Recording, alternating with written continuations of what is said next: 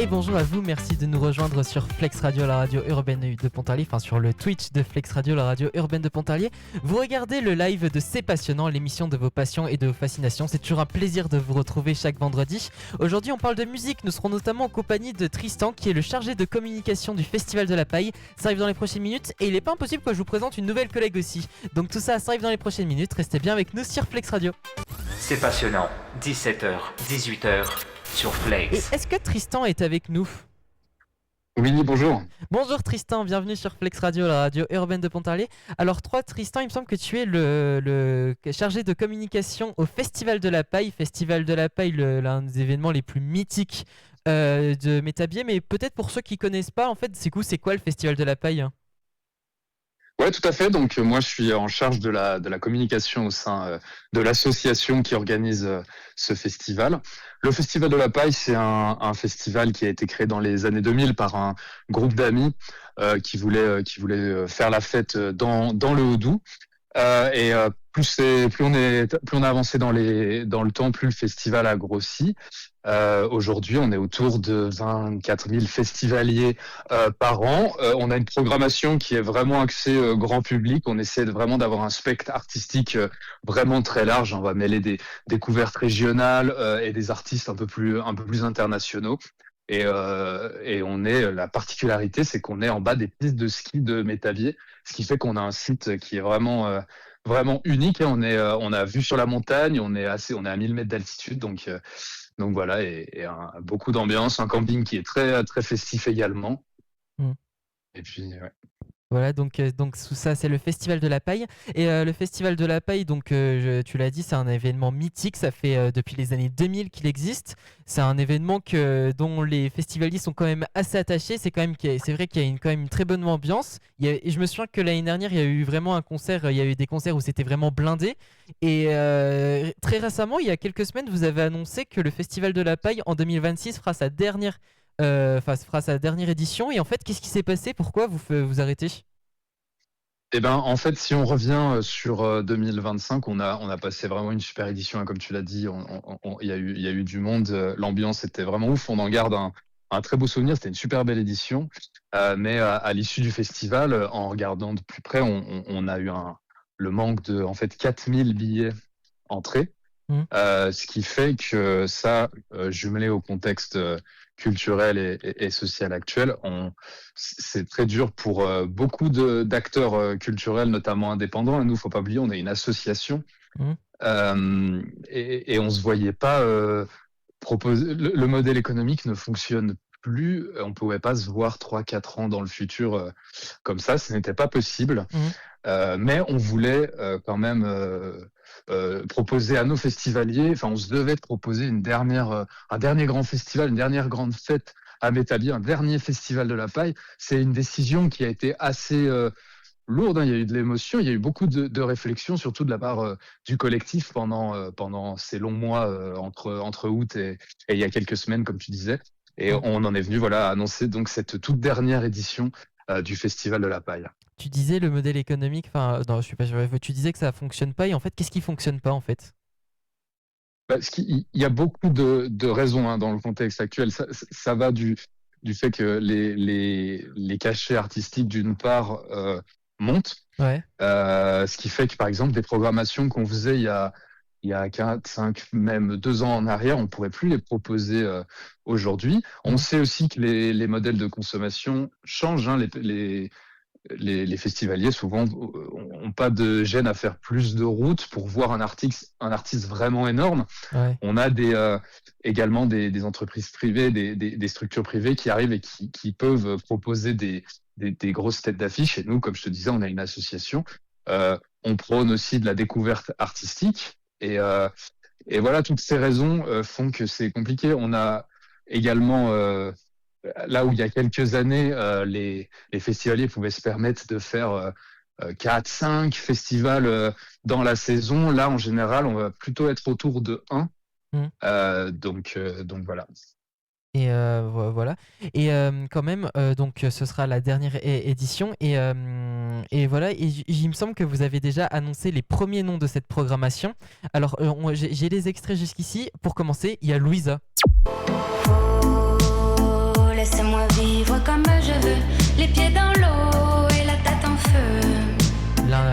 celle qui a fait le tube de l'été, Soleil Bleu. Et puis on a également Bigarance. Je viens du ciel et les étoiles entre elles ne parlent que de toi. Ton musicien. Et on aura aussi un autre groupe qui s'appelle alors je suis pas sûr du nom. Skip the Use. Type Use, voilà. Et en fait, du coup, voilà, donc ça, c'est les premiers noms. Il va y avoir beaucoup de noms qui va arriver aussi ou pas? Pas forcément. Ouais, tout à fait. Ouais, faut savoir que là, c'est vraiment que le début. Donc nous, on est vraiment content de pouvoir proposer ces trois artistes là. Et je trouve on trouve qu'ils ont vraiment une cohérence à être annoncés ensemble, hein. Ouais. Comme je te disais, nous, on mêle vraiment un peu tous les styles de musique et tous les publics. Et là, c'est trois noms qui ouvrent un peu un spectre global. Ce qui fait qu'il y en a un peu pour tous les goûts, hein. Louisa, on a reggae un peu pop avec Bleu Soleil comme tu as passé, qui a vraiment beaucoup tourné. Skip the Use qui ramène vraiment le côté rock, même un peu électronique, avec le chanteur c'est Matt Bastard qui était déjà venu au Festival de la Paille il y a quelques années. Et puis Bigarinx en dub assez posé, mais qui peut envoyer du lourd en concert. Et ça, c'est les trois premiers noms qu'on annonce parmi une vingtaine de propositions en fait. Donc, ce qu'il faut te dire, c'est que le début. On a encore des têtes d'affiche sous le coude qu'on garde pour le moment où on dévoile la programmation. C'est en février, donc voilà, on a hâte de vous annoncer tout ça. Donc voilà, en février, il y aura les autres noms du Festival de la Paille. Alors du coup, tout est déjà fini au niveau de la programmation ou il y a encore des améliorations? Là, la programmation, elle est quasi terminée. Enfin, elle est en cours. On est comme les autres années, hein. Tout sera très bon, très fignolé pour février. Et alors du coup, à quoi on pourrait s'attendre à peu près? Alors là, tu essaies de me tirer un peu des informations, je me Oui. trompe? Oui. Non, là, tu sais, on vient d'annoncer trois noms, ce qu'on ne fait pas habituellement, donc on est vraiment content de pouvoir déjà parler de Louisa, Skip the Use et Bigarinx. Il Ouais. faudra être un petit peu patient pour la suite, mais sache qu'il y aura des surprises, notamment au niveau de la programmation. On n'a pas du tout annoncé toutes nos têtes d'affiche, c'est pas du tout ça. Il y aura des découvertes, il y aura des artistes internationaux, des groupes. Il y en aura pour tous les goûts, donc voilà. Des artistes qui ne sont jamais venus à la Paille? Oui, bah déjà Bigarinx est jamais venu, Louisa non plus. Après Louisa, elle est enfin elle a vraiment explosé cette année avec Bleu Soleil. Et pour les autres, oui, plutôt.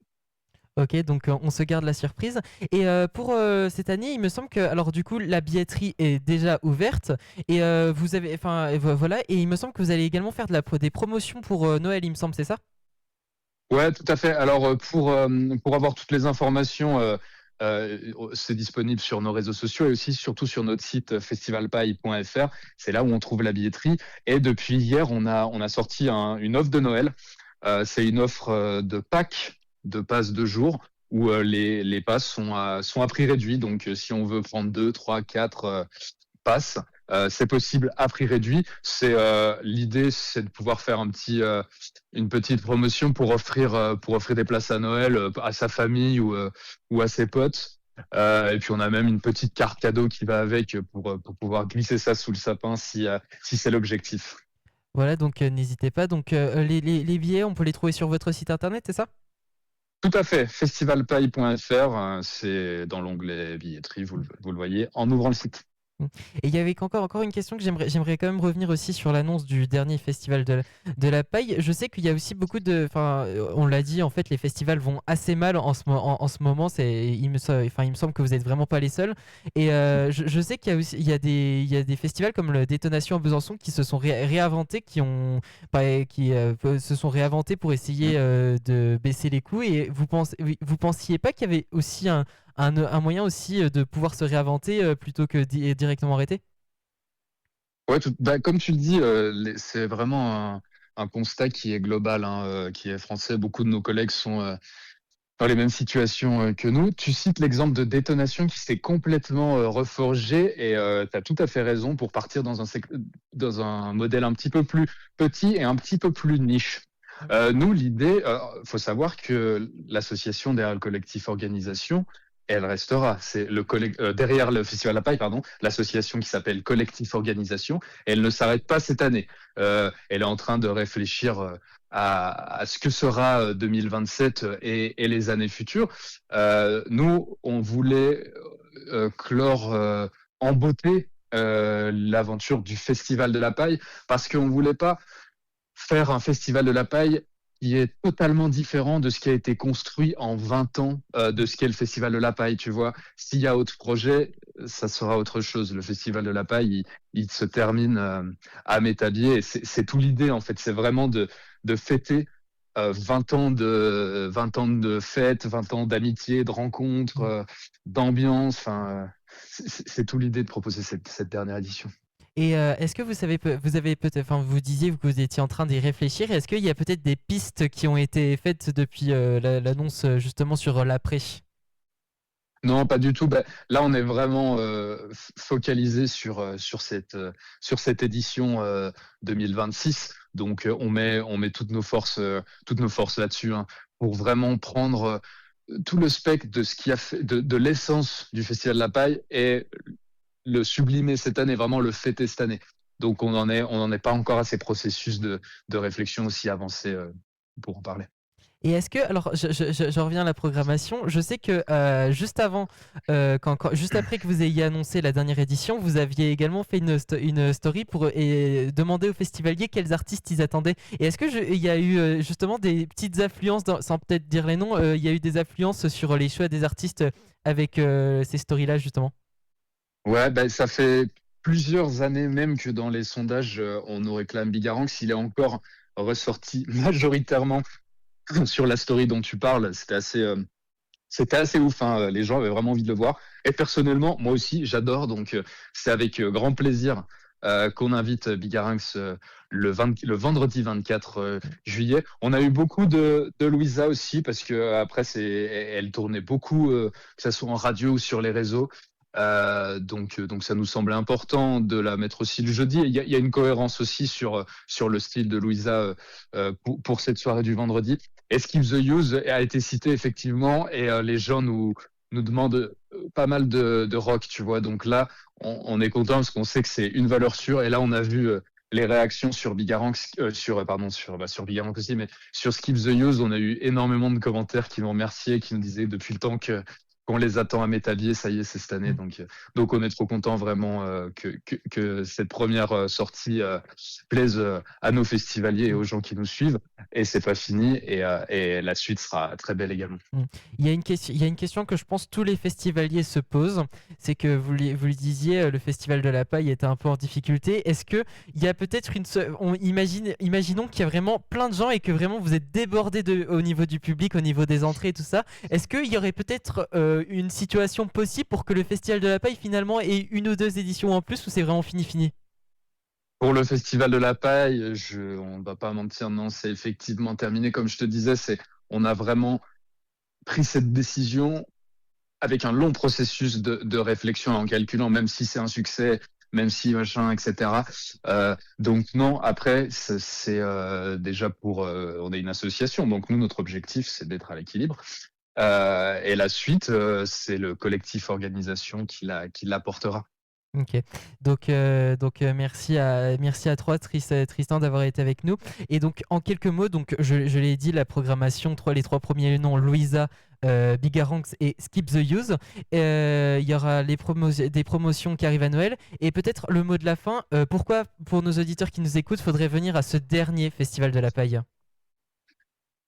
Eh ben, si les gens sont déjà venus, je pense que le Festival de la Paille a marqué vraiment, depuis toutes ces années, beaucoup de générations. Ça a permis beaucoup de rencontres. Ça a été le premier festival de énormément de personnes de la région, parce que c'est un des événements majeurs de la région. Je me compte effectivement dedans pour cette fois-ci. Donc ça serait pour fêter vraiment le Festival de la Paille et venir une dernière fois. Et ceux qui sont jamais venus, j'invite à regarder par exemple les after-movies, ou demander à ceux qui sont venus qu'il y a une ambiance quand même vraiment particulière à Métabier l'été, quand il y a le Festival de la Paille. Et que ça soit pour le cadre, hein, comme je te disais, qui est hyper naturel, hyper loufoque. La programmation, qui je pense va vraiment plaire à tout le monde. Ça peut être juste pour voir un ou deux groupes, ou pour découvrir. Il y a plein de raisons. Venir au camping, faire la fête, il y a plein d'after au camping, il y a des rencontres à faire, etc. Et c'est une belle manière la culture localement. Mm. Donc voilà, c'est le dernier moment. Il faut allez-y, foncez au Festival de la Paille 2026. Et moi, je ne doute pas un seul instant, ça va être vraiment un truc de dingue. Merci beaucoup Tristan d'avoir été avec nous. Bah, merci beaucoup, merci à tous. Et puis tu reviens quand tu veux, les portes de Flex Radio sont ouvertes. Avec grand plaisir. J'ai pas le jingle, mais bonjour Alissa. Bonjour. Bienvenue sur Flex Radio, la radio Merci urbaine de beaucoup. Pontarlier. Alors Alissa, nos auditeurs ne te connaissent peut-être pas. Tu es Mais- un nouveau visage dans la radio. Alors en quelques mots, Je suis déjà venue à Popcorn et Flex Actu. Enfin, on te connaît pas dans C'est Passionnant, on va dire. Ah. Mais on te connaît dans Flex Actu et Popcorn, justement. Alors, tu peux te présenter un petit peu? Je m'appelle Alissa, j'ai 16 ans. Mes deux passions dans la vie, c'est la musique et l'écriture. Mm. Et j'aime bien combiner tout ça en faisant des textes oraux que je combine à la harpe. Voilà, ça c'est ma passion. Sinon, bah, bien évidemment, j'aime écouter de la musique. Je suis plutôt team vieux rock, voire métal. Voilà, les années 70-80, c'est mon truc. Sinon, à part ça, ben, j'aime beaucoup être ici à la radio et tout. Je passe toujours de très bons moments sur Flex Radio. Alors, il y a pas longtemps, il y a eu le.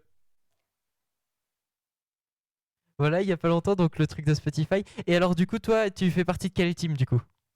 Je fais partie de... Attendez, je vais vous dire ça, je me rappelle plus le nom de mon clan. Moi, je te cache pas, je l'ai pas noté non plus. Mais toi, du coup, tu l'as dit, c'est surtout le rock, toi. Oui, Manes- je fais partie du club des terres. Ton club exprime sa rage à travers la musique. La seule règle ici, c'est qu'il n'y a pas de règle. J'adore. Et alors, ton artiste top 1, il me semble que c'est Maneskin, c'est ça? C'est ça. Et toi, qu'est-ce qui te plaît dans ce groupe, justement? L'énergie, la passion, le côté italien aussi, très important. Mm. Et voilà, cette colère, cette ténacité, toute cette énergie, aussi bien dans leur look que dans leur musique, dans leurs paroles. J'aime beaucoup. Et alors, tu l'as dit, tu as fait partie de Flex Actu et Popcorn. Et très prochainement, il me semble que tu as un projet d'émission aussi. Exactement. D'ailleurs, je cherche des gens, donc si vous êtes intéressé, n'hésitez pas à me contacter via la page Instagram de Flex Radio. Donc voilà, donc n'hésitez pas. Et alors, du coup, ce serait quoi cette émission? Alors, Flex Sound, c'est l'émission de vos goûts musicaux, de nos goûts musicaux. C'est une émission où on parle de musique, bien évidemment. On va parler des nouveautés, des actus en termes de concerts, que ce soit les actus locales, des festivals, des concerts locaux, mais aussi mondiales, voire internationales. Vos coups de cœur, vos coups de gueule, et aussi des petites anecdotes marrantes. Voilà, tous les styles de musique sont appréciés et bienvenus ici. Et je vous attends très nombreux. Voilà, donc franchement, je pense que ça va être très bien. Et alors, du coup, est-ce que tu as peut-être un profil de personne que tu rechercherais ou pas forcément? Tous ceux qui aiment la musique, et je pense que 90%, 99% de gens aiment la musique, donc 99% des gens sont bienvenus à Flex Sound. Donc Flex Sound, et ce serait le vendredi soir, il me semble, c'est ça? Voilà, le vendredi soir, juste après, c'est passionnant. Donc voilà, donc n'hésitez pas, franchement, je vous le dis, ça va être vraiment un truc de dingue. Donc vraiment, venez pour Flex Sound dans l'émission d'Alissa. Et alors d'ailleurs, j'aimerais revenir sur le... Alors, parce qu'il y a quand même un truc qui m'a choqué. Alors du coup, toi, tu as quel âge dans ce truc? Vraie question. 65 ans. 65 ans, 65 ans, bientôt la maison de retraite. c'est ça. Moi, alors moi, il a été sympa, j'ai 42 ans dans le truc. Il a été très sympa. Mais franchement, personnellement, moi, je connais personne en dessous de 60 ans. Non, mais en vrai, j'en suis fière. Ça montre que j'ai des bons goûts musicaux, des goûts musicaux de qualité qualitative. Donc voilà, je suis fière de mon âge. L'âge, ce n'est qu'un chiffre après tout. Hein. Tu restes avec nous? Oui, oui. Et ben alors dans un instant, on parlait d'âge. Et ben il y aura la chanson de Daron dans un instant. Tu connais un peu le principe de l'émission, la chanson de Daron? Pas du tout. Et ben la chanson de Daron, je vous présente ça dans un instant. On en parle juste après Théa, le dernier Théa, c'est vrai, c'est une dinguerie, ça s'appelle Téléphone et c'est sur Flex. Et merci à vous de nous avoir suivis toutes sur Twitch. C'est toujours un plaisir de mettre en avant vos passions et vos fascinations. On revient la semaine prochaine et puis soyez au rendez-vous. À la semaine prochaine.